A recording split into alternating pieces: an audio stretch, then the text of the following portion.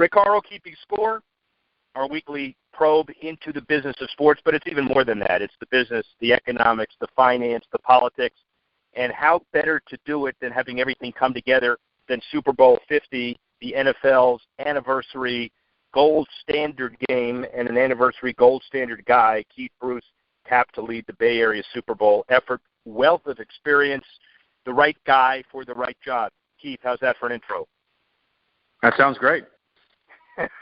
Well, you are, and in addition to the fact that there's been a long-term build-up for this, not only for the entity, but obviously for you, September 10th, 2013, you were named CEO of Super Bowl 50 Host Committee. How did that feel on that day?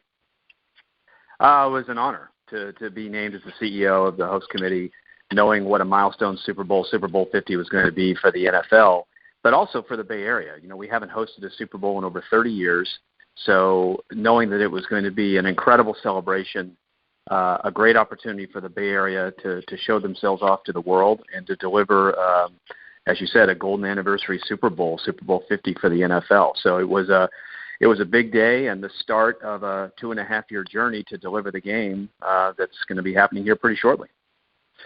Omnicom Companies, Sportsmark Management Group, Olympic Games, Super Bowls before, FIFA World Cup, NCAA Final Four. You've got extensive 25 years of on-the-ground experience and expertise for this. Clearly the right guy. But what specifically, in your mind, qualifies you to lead this effort? Yeah, well, Rick, I think it's a couple things. When the bid committee was doing a search for a CEO, they made it pretty clear that they were looking for someone who had big global event operations experience, understood the commercial side because we were going to have to create a sponsorship model and raise money through corporate sponsorships, understood what was important to broadcasters who were going to be setting foot here in the Bay Area, understood the operations, the logistics, and all the protocol involved in producing a big event like that. And I think that level of experience, there's just not a lot of folks around that have that. And the fact that I was also living in the Bay Area and had been a Bay Area resident for over 20 years, that was another kind of qualifying credential. Was they wanted someone who was local, that knew the market, that understood the Bay Area well. And so I think a combination of those two things. And if there was a third factor involved, it was just simply the fact that the experience that I'd had around operating and running 12 consecutive Super Bowls at the time, and understood and had great relationships with the NFL and inside the NFL was another advantage, I think.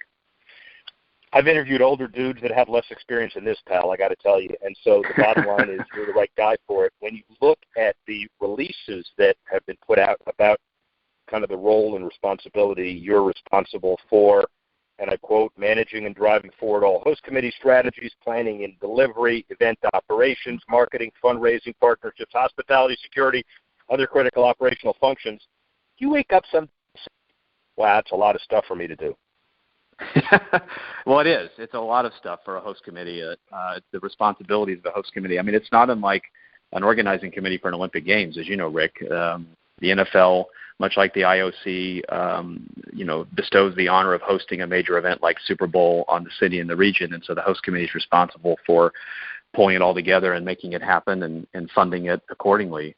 But I have a great team. I think one of the first things that I did that I was very happy with in my first couple months on the job was to build out an organizational structure that put together a world-class team of event experts, people that I'd worked with both at Sportsmark and across Omnicom as well as other major events, and started to build a team that I knew would be able to handle not only the pressure of delivering the 50th Super Bowl for the NFL, but also be able to develop an event program in a complex environment like the Bay Area. Like I mentioned before, it's been 30 years since we've had a Super Bowl.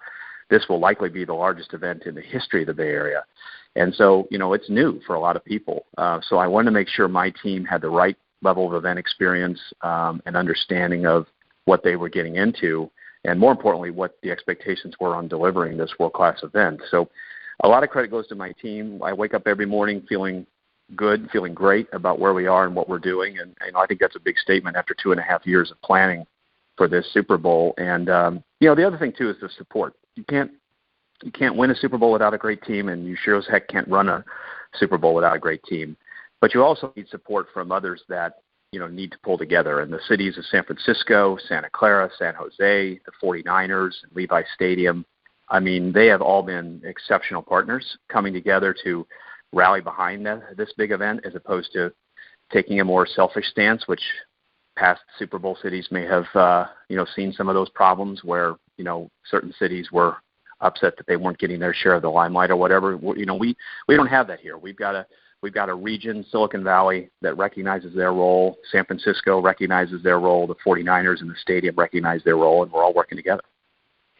Tipping Point CEO and founder Dan Lurie, who is the chairman of the group, who kind of sought you out as well, refers to this one as a legacy event, a lot of reward, but obviously a lot of risk too. Not asking you what could go wrong, because I'm sure you wake up every day talking about that. But yeah. You understand?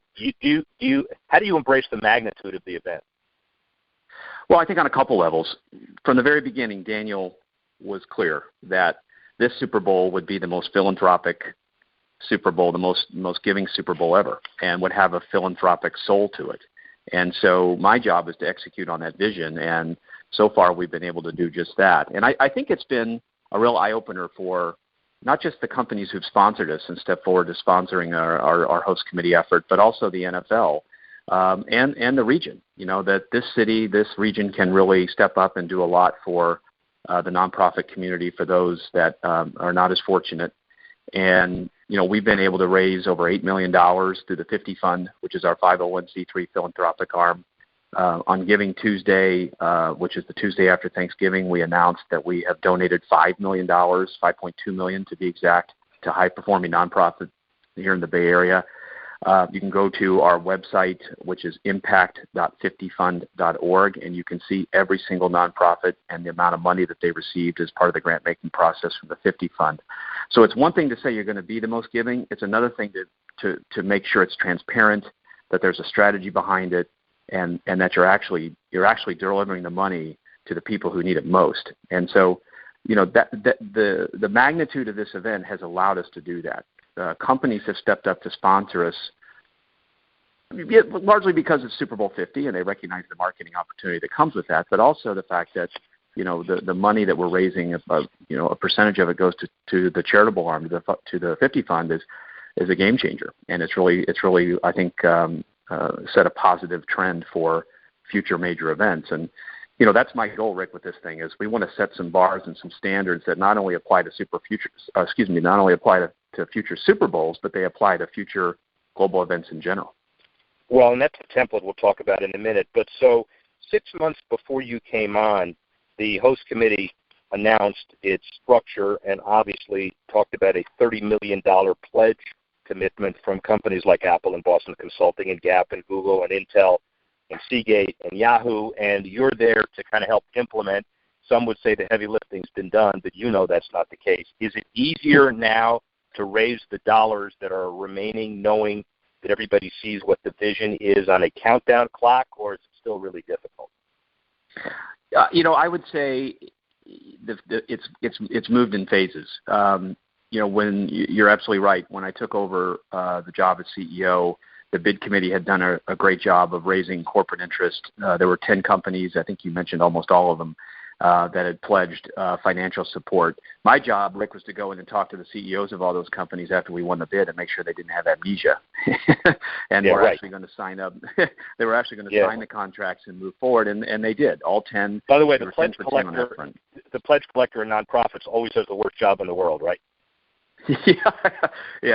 Well, you would think it would be an easy job, but it is a hard job. And fundraising is never an easy thing for an event like the Super Bowl, because companies think that the NFL is paying for everything, and in fact, that's not the case. The host committee is responsible for paying the lion's share of the operating costs of the Super Bowl, for paying 100% of many of the costs, and for delivering a huge fan village, which I'm sure we'll talk about in a second. Super Bowl City, our free to the public 9-day fan village, honoring Super Bowl 50 coming to the Bay Area. So those are big ticket items that the host committee has to pay for, and we're a privately financed Super Bowl, unlike Miami or New Orleans and other host committees that get a grant from the state, either from a tourism or a sports budget.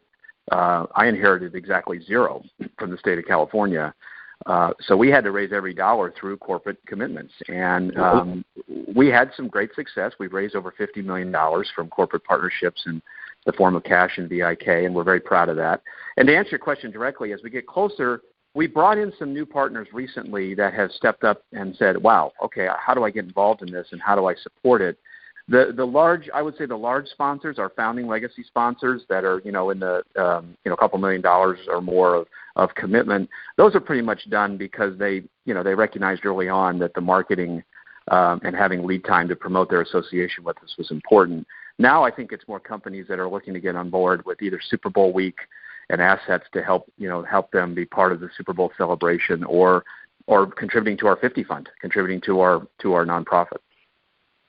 A private organization in a group of political ego fests, although you keep your eye on the prize. Ladies and gentlemen, I'll say it, they don't pay Keith Bruce enough. Keith Bruce, CEO of the Super Bowl 50 group. He didn't ask me to say that. I'm not getting him in trouble, but I just know the task there. Hey, so let's talk about a couple more things, including what you mentioned, the fest, free public celebrations, NFL experience, the new state-of-the-art Levi Stadium, the infrastructure, the physical pieces of this. Comment on that. So that's a big thing that we're very excited about. Typical Super Bowls of the past, not that there's anything typical about a Super Bowl, but past Super Bowl celebrations have had NFL experience and some kind of fan village kind of connected right next to each other, usually at the host city's convention center. We will have NFL experience at Moscone Center, which is our fantastic facility in downtown San Francisco. But we broke the mold with creating Super Bowl City. Super Bowl City will be a 9-day, free-to-the-public fan village on the San Francisco waterfront, one of the most iconic visuals in all of San Francisco, with the Bay Bridge and the Ferry Building as backdrops. We'll be right on the water there at Sue Bierman Park, Justin Herman Plaza, and the bottom of Market Street. So we will have a pretty significant footprint for people to come and celebrate the fact that the Bay Area is hosting Super Bowl 50. So everything that's great about the Bay Area will be on display. Our technology, we'll have a lot of our technology sponsors creating innovative exhibits that display their technology. Our food and our wine, Sonoma County will have a wine pavilion as our exclusive wine partner and provider at Super Bowl City. We'll have a lot of great culinary treats for people to enjoy. Our thriving art community will be on display, and, of course, our celebration of football and everything great about the game of the NFL and the 49ers and the Raiders' success in past Super Bowls. So you'll see all of that brought to life at Super Bowl City. We did it a little bigger and a little better, Rick, for a couple reasons. I mentioned earlier, the Bay Area's not hosted a Super Bowl in 30 years, so we wanted to do it big, and we wanted to do it right in Bay Area style. We open on that first Saturday, the weekend before Super Bowl, which is very atypical. No fan village is open before, say, the Wednesday of Super Bowl. But we wanted the Bay Area residents to be able to enjoy Super Bowl City before the rest of the world invades the Bay Area, later in the week. So that opening locals weekend for Super Bowl City will be important. Is it more expensive to do it that way? Is it operationally more demanding? Yes and yes, but we just felt it was the right thing to do for the Bay Area to let them enjoy this as well and be part of the celebration. So we're really excited about it. The NFL is too. They're thrilled with what we're doing, and it'll definitely be the place to be during that week. And you listen to Keith Bruce, and I've known him for a long time, you can hear the nuance of his answers because he talked about the Raiders and Niners' past success, ladies and gentlemen. We're not talking about the possibility of a Super Bowl match this year, but that's another conversation for another day. Final couple of questions.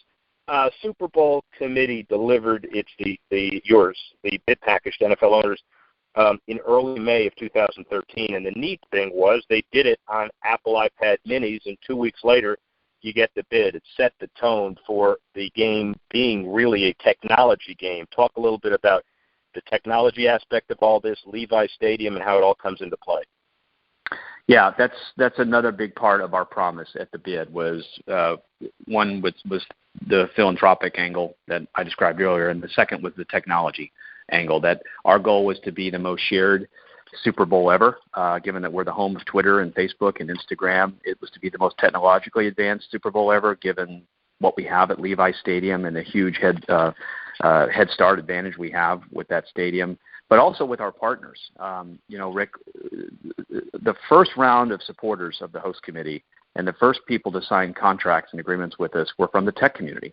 It was Apple, it was Intel, it was Google, it was Yahoo, it was Seagate. And these companies recognized from the SAP, from the very beginning, these companies recognized this was going to be a showcase for Silicon Valley, that it was a great opportunity for them to support our efforts and make the Bay Area shine. So as a result, at Super Bowl City, you're going to see some of that amazing technology on display from companies like SAP and Intel and Google. And you're going to, feel and touch, the technology at Levi Stadium.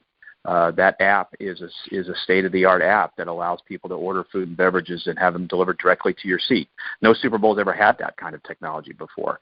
And so you're going to be able to do things inside the stadium that through your phone and through your app that have never been able to that have not been done before.